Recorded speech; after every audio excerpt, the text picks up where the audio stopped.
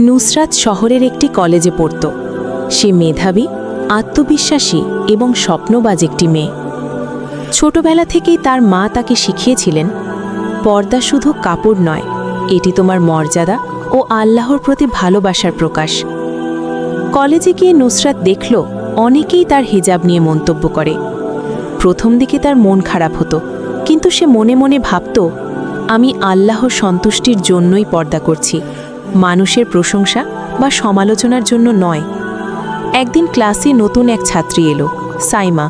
সে চুপচাপ, লাজুক স্বভাবের। কয়েকজন তাকে তার পোশাক নিয়ে বিরক্ত করছিল। নুসরাত এগিয়ে গিয়ে সাইমার পাশে বসল। মিষ্টি হেসে বলল, মানুষ যাই বলুক, আমরা জানি কেন আমরা পর্দা করি, এটা আমাদের সম্মান। সেদিন থেকে সাইমা সাহস পেল। ধীরে ধীরে অন্যরাও বুঝতে শুরু করল, নুসরাতের আত্মবিশ্বাস তার পোশাকের কারণে কমেনি, বরং তার চরিত্র ও আচরণ তাকে আরও সম্মানিত করেছে। শিক্ষকরা তার ভদ্রতা ও শালীনতার প্রশংসা করতেন।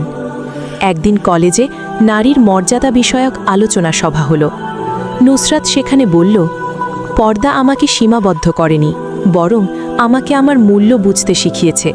এটি আমার পরিচয়, আমার ইবাদতের অংশ।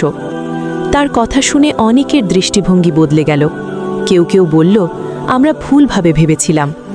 নুসরাত বুঝল, সত্যিকারের সৌন্দর্য বাহ্যিক সাজে নয়, বরং লজ্জাশীলতা, চরিত্র ও আল্লাহ ভীতিতেই। শিক্ষা: পর্দা নারীর সম্মান, আত্মমর্যাদা ও ঈমানের একটি সুন্দর প্রকাশ।